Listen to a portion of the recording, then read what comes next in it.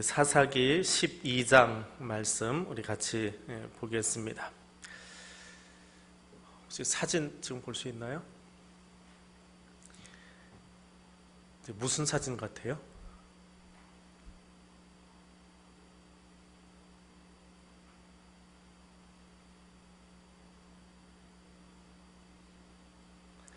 영국 강가에 있는 화력발전소였습니다. 그런데 그 인근의 상권이 다 무너져가지고 문을 닫게 됐어요. 그러니까 흉물이 되어버렸습니다. 그러다가 어느 해인가 저것을 좀 바꿔봐야 되겠다. 뭘로 바꿀까 하면서 저 화력발전소 이제 쓸모가 없어져가지고 부셔버리자, 철거하자. 근데 어떤 사람이 나서서 내가 좀 리모델링 해보겠다. 그러고는 그대로 놔뒀습니다.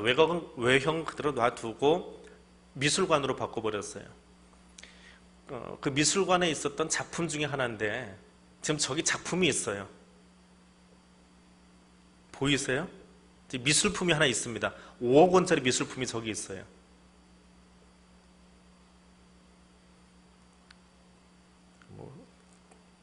그림은 아닙니다. 그래서 사람들이 걷고 있는 한복판에 크레기가 있죠. 그러니까 갈라졌다고 그러는데 갈라진 게 아니고요. 일부러 부셔버린 겁니다. 바닥을. 홈을 팠어요. 저 입구에는 홈이 이렇게 폭이 작아요. 그런데 점점 커져가지고 끝에 보면 한 50cm인가 벌어진다고 그래요. 그래서 이렇게 크랙이라고 그러죠. 이렇게 쭉 갈라진 것처럼. 그래서 처음에 저 작품을 저기다 놔뒀을 때는 일부러 바닥을 저렇게 해놓고 지금은 저렇게 다른 것으로 다 막으면서 메꿔놨습니다. 처음에는 여자분들이 지나가다가 힐이 빠지기도 하고 무릎까지 발이 쑥 들어가 버리기도 하고 했다고 그래요. 저 작품의 이름이 뭘까요? 오늘 성경에 나옵니다.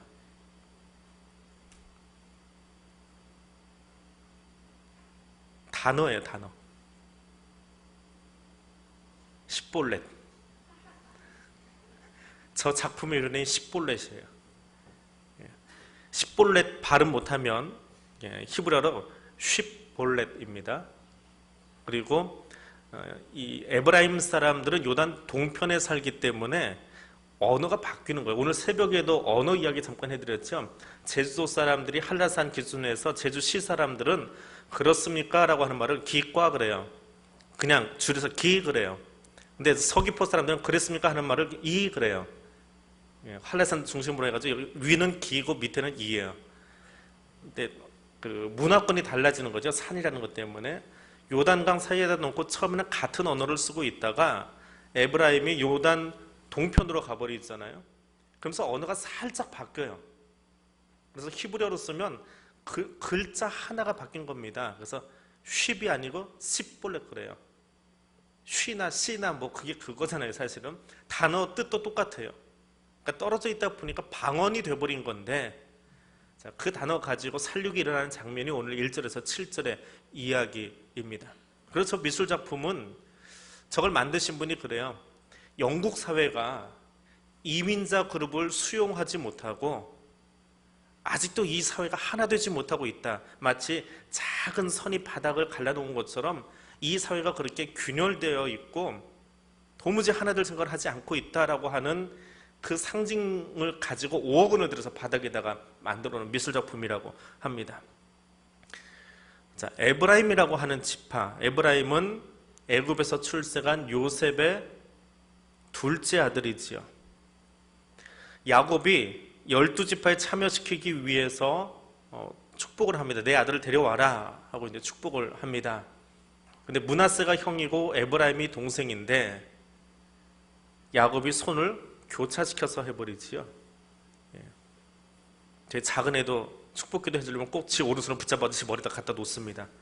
그래서 절대로 뺏어가지 못하도록 이렇게 머리다 얹어놓으면 두 손을 꽉 잡아버려요. 제가 빼든지 언니가 뺏어서 가져갈까봐. 근데 지금은 언니는 욕심 안 내요. 그러거나 말거나 나는 큰딸이다. 그래서 안 뺏어가는데 하여튼 둘째는 이렇게 욕심이 있었어요. 근데 에브라임은 욕심이 있어서 그런 게 아니라 그 할아버지가 손을 엇갈려서 장자권을 줘버립니다.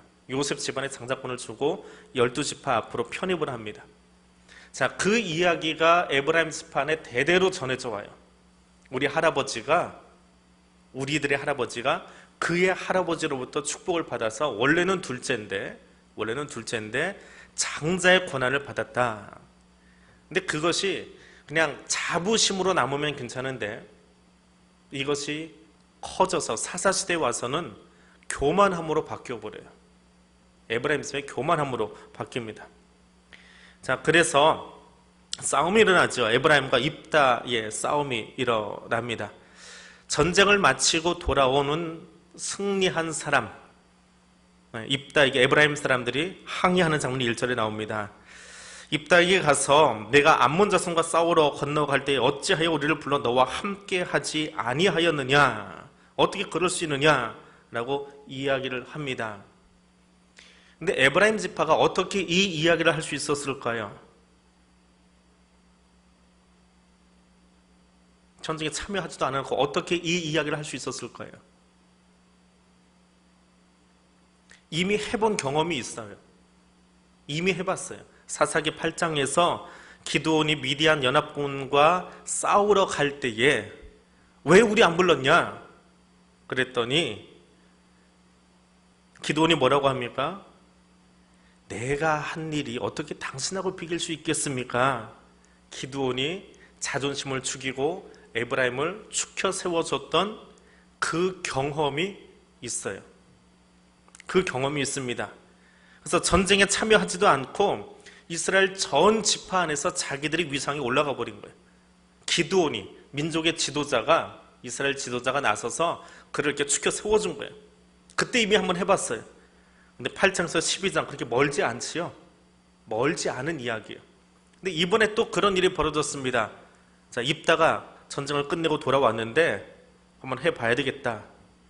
한번 해놓은 일, 또 맛본 것들, 그거 쉽게 놓지 못합니다. 그 죄인의 습관들, 이거 고치는 것 그렇게 쉬운 일이 아닙니다. 그래도 용서는 해야 되겠지만 그냥 마구잡이로 용서만 하지는 마세요. 에브라임 지파가 그래요. 이미 한번 해봤어요. 이 버릇없는 짓을 한번 해보고 기드온이 오냐오냐 해주니까 이게 습관이 돼버린 거예요. 그래서 이번에는 어떻게 합니까? 에브라임 사람들이 모여서 북쪽으로 가서, 에브라임 사람들이 모였다, 군대를 이루어서 사람을 모아서 한꺼번에 몰려갔다, 그렇게 이야기합니다. 다른 번역 성경은 여기다 단어를 더 집어넣었어요. 에브라임 사람들이 장정들을 모아서, 군대를 모아서 쫓아갔다라고 이야기를 합니다. 그리고 왜 우리를 불러서 너와 함께 가게 하지 아니하였느냐 하고 뒤에 뭐라고 써 있습니까? 우리가 너와 내 집 불살라 버리겠다, 협박까지 합니다. 8장에는 이 이야기가 없어요. 8장에서는 왜 우리 데려가지 않았느냐 항의하는 것으로 끝났는데 그때 이미 맛을 봤어요. 그렇게 그냥 으름장을 놨더니 이 에브라임 지파가 좀 되거든요. 힘이 되거든요. 그러니까 기드온이 납작 엎드린 거예요. 그러니까 여기서는 뭐라고요? 이번엔 더 세게 해야 되겠다. 죄는 점점 더 강도가 더해집니다. 그래서 이번에는 왜 안 데려갔니? 해놓고는 너와 내 집을 불살라 버리겠다. 주도권을 놓치고 싶지 않은 에브라임의 모습이 나옵니다. 근데 기드온과 입다는 대응하는 방법이 달랐어요. 입다가 어떻게 합니까? 1절과 2절에 보니까 나와 내 백성 거느리고 암몬 사람들과 격전하기 앞서서 와서 도와달라고 너희를 부른 적이 있었다라고 2절에서 이야기합니다. 그러나 너희는 그들의 손아귀에서 우리를 건져내려고 하지 않았지 않느냐. 너희가 아무도 나를 도우러 오지 않는 것을 보고 나는 목숨 내놓고 암몬 진조로 들어갔다. 이 목숨이라는 단어 속에는 자기 한이 서려 있어요. 어떤 한이요? 자기 외동딸 죽였잖아요. 잘못된 서원 때문에. 내 목숨 걸고 쫓아갔었다. 그런데 하나님께서 그들을 내 손에 붙여주셨다. 그런데 어째서 오늘 너희가 나에게 와서 도리어 싸움을 거느냐?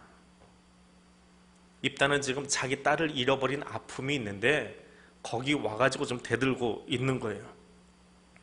더군다나 조금 더 뒤에 가서 보니까 이 에브라임 사람들은 입다와 함께했던 길르앗 사람들, 저희 마을에서 쫓겨나서 함께 모였던 그 사람들을 조롱하고 있었습니다. 에브라임에서 도망치고 여기도 끼지 못하고 저기도 끼지 못하고 에브라임하고 므낫세 사이에서 떠도는 녀석들이 니들 아니냐라고 에브라임 사람들이 예전부터 그렇게 조롱하고 있었다라고 하는 이야기가 나옵니다.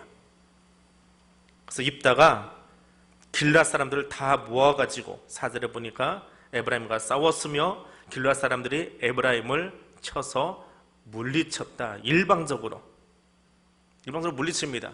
자, 그리고 이렇게 물리쳤는데 그냥 우리 경내에서, 우리 길앗 땅에서 에브라임을 쫓아내고 우리들만의 지역을 만드는 게 좋을까? 아니면 끝까지 쫓아가서 진멸해버리는 게 나을까? 고민했을 겁니다. 그런 결론이 뭐예요? 그 사람들이 도망가는 길목보다 더 빨리 쫓아가서 요단강 나루를 막아버리고 그 앞에서 에브라임 사람을 찾아내서 죽이는 거예요. 시냇물이라고 하는 뜻입니다. 십볼렛은 시내예요. 시냇물, 작은 시냇물이라고 하는 뜻입니다. 경상도 분들 중에 특별히 경주 분들이 쌀 발음 못하지요. 발음이 안 되는 거예요. 억지로 한 게 아니고 이게 히브리어에 비슷한 발음이 몇 개 있어요. 근데 쉬 발음이 안 나오고 쉬 발음이 나와버리는 거예요. 그냥 같은 단어예요. 사실은 같은 단어인데 그 방언 못한다고 몇 명이 죽었습니까? 6절에 보니까 몇 명이 죽었어요? 42,000명. 안타까운 이야기를 하니까 불도 안 켜지는 것 같아요, 위에. 오늘 이야기 1절에서 7절까지 가만히 들여다보세요. 하나님이 등장합니까? 하나님 등장 안 해요. 사사기 8장 이후의 이야기, 사사기 1장서부터 8장까지 이야기를 보면 거기 하나님이 사사를 세우시고 이스라엘을 돕고 이스라엘에게 평안을 주신다라고 하는 이야기가 있어요. 그런데 그 이후의 이야기는 분명히 사사들도 등장하지만 앞에 나오는 사사들에 비해서 이야기도 길어요. 한 사람 한 사람 언급할 때마다. 그런데 하나님이 등장하지 않아요. 하나님이 일하시는 것이 아니라 사람들의 잘못된 모습들, 죄인의 모습들, 죄인의 근성들이 끊임없이 등장합니다. 반면교사 삼으라는 거예요. 입다 이야기 속에서도 하나님은 등장하지 않습니다. 입다가 이끄는 길르앗 사람들과 형광등이네요. 에브라임이 싸울 때 하나님이 등장하지 않아요. 저 사람들 쳐야 되겠습니까? 아니면 그냥 돌려보내는 것으로 끝내야 되겠습니까? 하나님께 물어보지도 않아요. 그럼 하나님 뭐하고 계실까요? 하나님 뭐하고 계실까요? 이 장면을 보시면서 하나님 뭐하고 계실까요?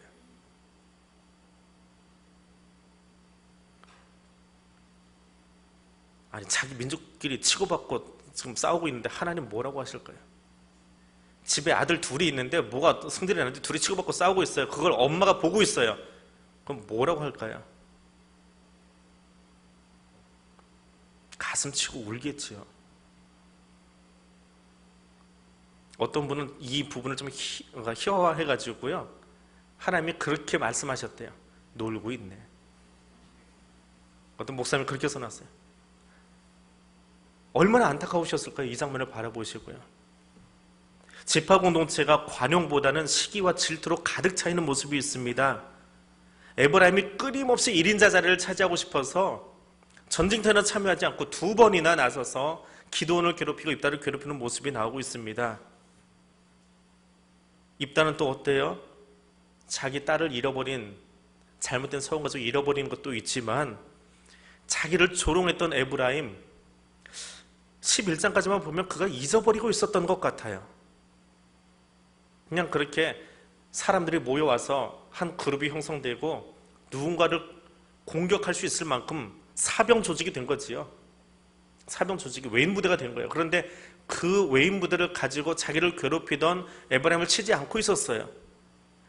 단지 암몬과 싸움이 일어났을 때 사람들이 와서 너희가 우리를 도와줘라. 그럼 우리가 이 전쟁 끝난 다음에 너를 우리의 우두머리 삼겠다, 장관 삼겠다. 그랬더니 그제서야 이 사람들을 데리고 와서 전쟁을 치러줍니다. 11장까지 가서 보면 괜찮아 보여요. 그나마 괜찮아 보여요. 근데 죄인은요, 하나님 앞에서 괜찮은 모습 없습니다. 입다만 그런 거 아니에요. 우리도 똑같아요. 우리끼리 보기에 조금 그냥 도토리 키재기 하듯이 나아 보이는지 모르겠지만 결국에는 그 군대를 돌려서 어떻게 했어요? 과거에 받았던 그 서름, 첩의 자녀라고 불리던, 기생의 아이라고 불리던 그 서름을, 그리고 내가 잘못된 소원 가지고 외동딸을 잃어버린 그 안타까움을 자기 형제를 치는 일로 돌려버립니다. 이게 죄인들의 모습이에요. 다른 것을 찾아내서 살육하는 데 사용하지요. 상대의 약점을 감싸는 것보다 살인의 도구로 삼습니다. 혀가 안 돌아가는데 어떻게 합니까? 정말 쌀발음 못하더라고요. 저희 동기 중에 경주 사람이 하나 있는데 아무리 힘줘서 해보라고 해도 힘을 주는데도 살살거려요. 쌀이 안 되더라고요. 쉽이 안 되는데 어떻게 해요? 동편에 살다 보니까, 암문하고 살다 보니까 쉽이 안 되고 씹이 돼버리는데 어떻게 합니까? 근데 그걸 찾아내가지고 냇물 발음이 안 되는 걸 가지고 살인을 저지릅니다. 그러면 입다가 이방민족을 쳐서 이겼다라고 하는 이야기가 11장, 12장 이 전체에 몇 절을 차지하는지 아세요? 단 2절이에요. 이방민족을 쳐서 이겼다 하는 그것이 2절입니다. 11장 32절, 33절이에요. 이에 입다가 암몬 자손에게 이르러 그들과 싸우더니 여호와께서 그들을 그의 손에 넘겨주심에 아우렐에서부터 미닛까지 이르러 20성읍 치고 아벨 그라밈까지 매우 크게 무찌르니 이에 암몬 자손이 이스라엘 자손 앞에서 항복하였더라. 끝. 이게 전쟁의 이야기예요. 그런데 형제 살육하는 이야기는 아주 자세하게 기록했어요. 암몬 자손을 쳤을 때 20성읍 친 것으로 끝나 20성을 확보했어요. 땅의 지경이 넓어졌어요. 그런데 형제끼리 치고받고 싸우면서 몇 명이 죽었다고요? 42,000명이 죽어요. 에브라임 죽이는데 12장의 절반이 쓰입니다. 죄인의 모습을 열거하는데, 죄성을 열거하는데, 동정상잔의 비극을 열거하는데 그래요. 입다가 사사로 일합니다. 몇 년 동안 일했습니까? 7절에 보니까 입다가 이스라엘 사사가 된 지 6년이라. 6년 동안 어떤 일이 있었어요? 길앗 사람들 모아서 가서 전쟁 치르고 2달 만에 끝났어요. 그리고 돌아와서 에브라임 싹 죽여버렸어요. 42,000. 그리고 6년. 무슨 일이 있었어요? 별 이야기 없어요. 근데 저 앞에 1장에서 8장까지 나오는 사람들 이야기, 사사들의 이야기, 전쟁을 승리로 이끌었더라. 그리고 하나님이 그 땅에 평안을 주시더니 40년 동안 평안했더라. 하나님이 그 땅에 평안을 주시더니 80년 동안 평안했더라. 그게 하나님이 일하실 때 이야기예요.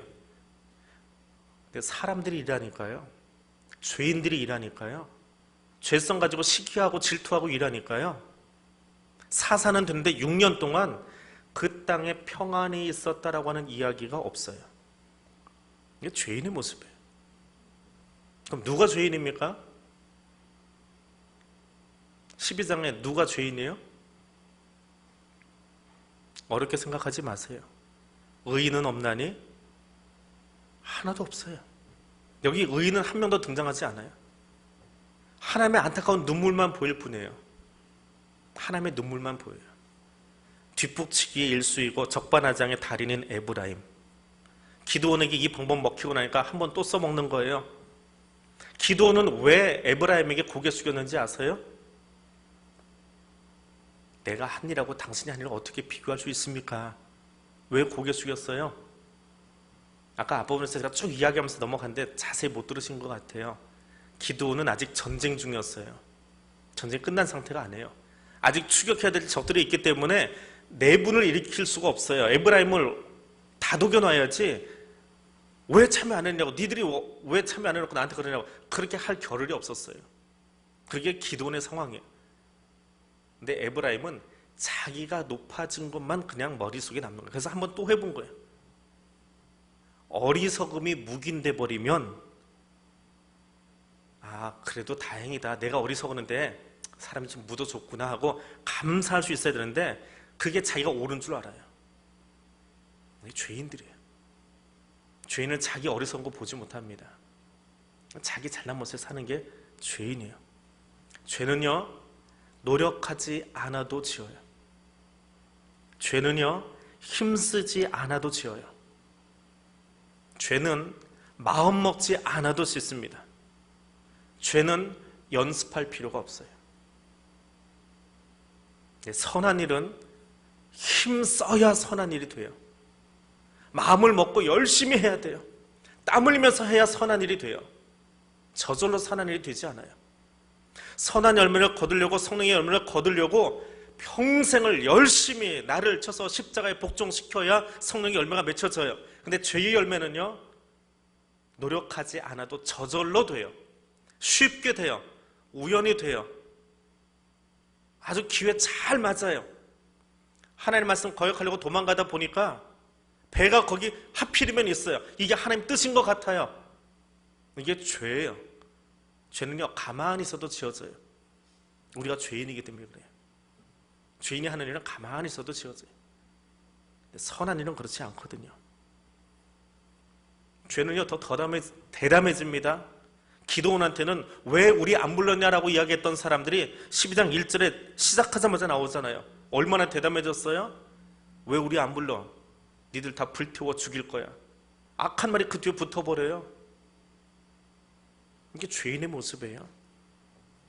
자기 욕심에 근거한 시기심이 결국에는 그 지파를 거의 망조로 만들어버립니다. 남을 욕하고 멸시했지요. 길랏 니들은 에브라임에도 속하지 못하고 므낫세에도 속하지 못하고 그저 쫓겨나서 떠돌던 비류들이야. 도망자들이야. 근데 결국은 누가 도망자가 됐어요? 자기들이 도망자가 됐어요. 하나님은 그거 갚으세요. 그들의 조롱하던 모습, 비아냥거리던 모습 그대로 갚아버립니다. 하나님 등장하지 않지만 하나님이 일하고 계세요. 입다는요, 사사라고는 돼 있습니다. 이스라엘의 사사가 된 지 6년이라 하고 나와 있어요. 사사인데 사사여도 죄인이에요. 목사여도 죄인이고요. 장로여도 죄인이고요. 내가 죄인인 걸 알아야 돼요. 알아야 조심해요. 알아야 매일 깨어서 내 안에 있는 이 죄성을 십자가 앞에 가서 스스로 깨고 두드리고 그래서 하나님 앞에 서려고 노력을 해요. 이거 모르니까 자기 잘난 줄 알고 목 뻗대고 다니는 거예요. 해놓은 건 다 잊어버리고 감사할 줄 모르고 용납받는 거 감사할 줄 모르고 사랑받는 게 얼마나 감사한 일인데 그거 감사할 줄 모르고요. 당연히 내가 사랑받아야 될 존재인 줄 알아요. 내가 어떻게 당연히 사랑받을 존재예요? 하나님처럼 되고 싶어서 함부로 했던 사람들인데 사랑받는 건 감사해야 될 이야기예요. 당연히 사랑받을 사람은 없어요. 부모가 자녀를 당연히 사랑해야 돼요. 얼마나 고생하고 애났어요. 그럼 평생에 감사하다고 이야기해도 끝이 없는데 조금만 머리 크면 대들잖아요. 그게 죄인이라니까요. 사랑은 당연히 받는 게 아니에요. 평생 감사하고 살아야 되는 거예요. 내가 그렇게 용납받았음을. 암몬을 치고 돌아오는 순간에 입다는 길앗의 머리가 되어 있습니다. 그 약속이었잖아요. 이 전쟁 끝나고 나면 내가 너를 장관 삼아주겠다. 우두머리 삼겠다. 전쟁 승리하고 돌아오니까 이미 군대 장관 돼 있는 거예요. 우두머리가 돼 있는 거예요. CEO가 돼 있는 거예요. 그리고 지금 옆에 따라오는 사람들은 그 전까지는 에브라임에서 쫓겨나서 그냥 여기저기 떠돌면서 돌아다니던 무리였는데 지금은 뭐가 됐어요? 전쟁을 경험하고 승전보를 올리고 돌아오는 개선부대예요. 전쟁 실전 경험이 생겼어요. 전쟁을 어떻게 되는지 이제는 알아요. 그냥 가서 푸념만 하고 살아가던 그 길앗 사람들이 이제는 전쟁 경험을 알아요. 그리고요, 그 전쟁 경험은 사람을 피폐하게 만들어요. 피폐하게 만들어요. 제가 군에 있을 때 저희 부대에 월남전 참전했던 선임아 사모님 계셨어요. 월남전의 마지막 끄트머리 사람들이에요. 저녁을 일부러 국가에서 안 시켜주고 거기다 그냥 군에다 붙잡아 놓고 있는 거예요. 밖에 내보내봐야 치료가 안 되니까. 왜냐면 월남전 가서 사람을 참 많이 죽여봤거든요. 근데 그 트라우마를 사회 나가서 고칠 수가 없어요. 너무 힘들어서. 그러니까 그냥 군에다 내버려 두고 군에서 할 수 있는, 국가가 해줄 수 있는 마약 치료를 해주는 거예요. 마약 중독이 아니고요. 마약으로 적절하게 먹이면서 치료를 해주는 거예요. 계급 정리되면 나가야 되겠죠. 그만큼 전쟁의 상처는 본인에게도 아파요. 지금 이 사람들이 나가서 암몬 사람들을 쳤어요. 20개의 성읍을 빼앗으면 얼마나 사람을 많이 죽였을까요? 승리한 부대이지만 안에는 트라우마가 있어요. 피를 흘려본 경험이 있는 사람들이에요. 그런데 우리를 조롱하던 사람들이 저 앞에 있어요. 어떻게 할까요? 얼마나 잔인하게 나갔을까요? 이 전쟁이 얼마나 잔인했을까요? 그 아픔을 가지고 동족이 싸우는 것이 얼마나 잔인했을까요? 그 화풀이를 하고 있는데, 여러분, 남과 북이 통일되려면 그 안에 있는, 우리들 안에 있는 한이 풀어지지 않으면, 그 무엇으로부터 풀어지지 않으면 그냥 저 철제 걷으면 쑥대밭입니다. 국제 경기할 때 보세요. 일본하고 싸울 때도 우리가 눈에 불을 켜고 응원하지만 북한하고 하면 어때요? 또 달라요. 또 다른 느낌으로 응원을 해요. 그래서 뭐 분위기가 좋아서 같이 팀을 이뤄 나가기도 하지만 그 마음 가지고 있다가 저 철제 걷어져 보세요. 지금 입다의 사람들은 그런 사람들이에요. 자신을 마을에서 쫓아냈던 사람들을 수색해서 죽입니다. 그 발음 하나 되지 않는다고. 몇 명 죽었어요? 몇 명이 죽었다고요? 42,000이라는 단어를 너무 쉽게 읽지 마세요. 출애굽하자마자 야, 우리가 몇 명 나오는지 한번 세보자. 인구계수를 합니다. 광야 들어서자마자 1차 인구조사를 하는데 에브라임 지파가 45,000명이었어요. 남자만 세는 겁니다. 이스라엘 사람들은 20세에서 60세까지 군에 나가는 장정만 세요. 여자들도 있고 어린아이도 있는데 거의 빼놓고 45,000명이었어요. 그런 광야 생활을 합니다. 광야 생활을 하면서 늘어난 지파도 있고 줄어든 지파도 있는데, 줄어든 지파는 결과적으로 하나님한테 잘못한 사람들이에요. 그 지파는 줄어들어요. 그리고 하나님 앞에서 바로 쓰려고 노력했던 지파는 조금 늘어나요. 그런 경향이 있어요. 근데 전체적인 숫자는 똑같아요. 이스라엘 전체 숫자는 똑같아요. 근데 에브라임 지파는 늘었을까요? 줄었을까요? 줄었어요. 가나안 입성 직전에 인구계수를 했는데 32,500명이에요. 몇 명이요? 32,500명. 자, 그리고 가나안에 들어갔습니다. 약 300년에 걸친 전쟁을 펼쳐요. 그래서 가나안을 점령합니다. 그리고 정복전쟁이 끝난 다음에 들어오는 이방 민족들을 쳐내면서 사살시대를 거쳐가요. 거기는 인구 개수는 하지 않았지만 광야 40년을 지나면서 보니까 하나님이 그 숫자를 대충 유지시켜 주셨던지 뭐 조금 늘었어요. 근데 몇 명이 죽었다고요? 몇 명이 죽었어요? 동족 상잔 비극 벌어지면서 42,500. 그럼 에브라임 지파가 어떻게 됐을까요? 세상 속된 말로 거덜나 버렸어요. 지파 하나가 십볼렛 발음 하나 못한다는 이야기 가지고 마음속에 있는 상처 가지고 응어리 풀어낸다고 투닥하고 싸워버리기 시작한 게 요단 강가에서 42,000을 죽여요. 누구 손에? 아람 자손에게 죽은 거 아니에요. 이방 민족과 싸우다가 죽은 거 아니에요. 누구한테 죽었어요? 자기 같은 동료에게 죽었어요. 어디서 죽었어요? 그 땅이 어디예요? 가나안이에요. 요단 나루니까 가나안 땅이에요. 가나안은 어떤 곳이에요? 우리가 가나안이라고 하는 단어를 들으면 어떤 생각을 해요? 우리 영적 가나안에 가고 싶어 하잖아요. 이대로 죽고 나면 영적 가나안에 가고 싶어 하잖아요. 그건 축복의 땅이에요. 하나님이 그 민족을 축복하시려고 그 장대 민족들을 다 쫓아내시면서 이스라엘 백성이 거기 가서 잘 살라고 주신 복의 땅이에요. 비옥한 초생 딸지더예요. 하나님이 그 땅 주시려고 그 광야 학교를 거치게 하시고 훈련시키시고 지도자를 보내시면서 전쟁을 치르면서 그 땅을 점령케 하셨어요. 그러면 그렇게 하나님이 점령하게 하셨으면 이스라엘 백성은 그 땅에서 어떻게 살아야 돼요? 가나안에서 어떻게 살아야 돼요? 서로 사랑하고 아끼고 도와주며 격려하면서 행복하게 살아야지요.